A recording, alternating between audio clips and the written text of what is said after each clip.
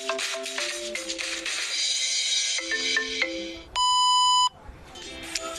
guys, for today's video, ngayong araw nga isasama nila ang aking bunso papuntang Isabela. Uuwi sila dahil piyesta kasi doon. Nakakamiss nga sumama dahil dati naman sumasama kami tuwing piyesta ng Marso. Kaso nga ngayon hindi kami makakasama lahat gawa ng may pasok pa. Bali si mama at papa nga lang ang uuwi, isasama lang nila ang bunso ko. Tignan nyo naman guys, napaka-excited talaga ng bata. Habang nag-aantay nga kami ng service dyan, naglalaro muna yung batang yan kasama ang ate niya. Kasi nga daw mamimiss doon ng ate.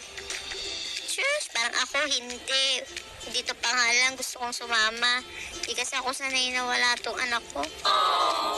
Isang linggo nga sila doon nag-i-stay. Kaya ganyan karami yung dala nilang gamit. And wala nang uwian. Kaya mamimiss na talaga to. Ngayon lang talaga kami hindi nakasama kasi nga may mga pasok pa. Lalo na si Harley, yung panganay ko, may pasok pa siya. April pa ang bakasyon nila. Dati kaya ang saya namin umuwi ng Isabela dahil madaling araw pa lang, aalis na kami. Ang sarap kaya bumiyahe pag madaling araw. Sa mga oras na nga to guys, dumating na itong service nila. Palihahatid nga lang sila nito hanggang terminal ng bus. Tapos magkukommute na sila pa Isabela. Malayo-layo rin yung biyahe nun.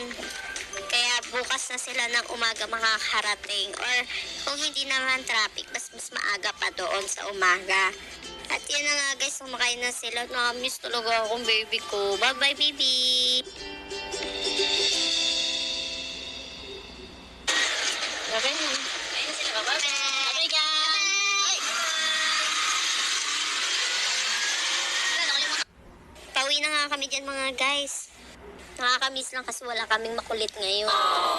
Video call na lang kami. Kasi na lang kami naghati dyan mga guys, kaya pauwi na rin kami. Okay, thank you. Salamat sa panonood.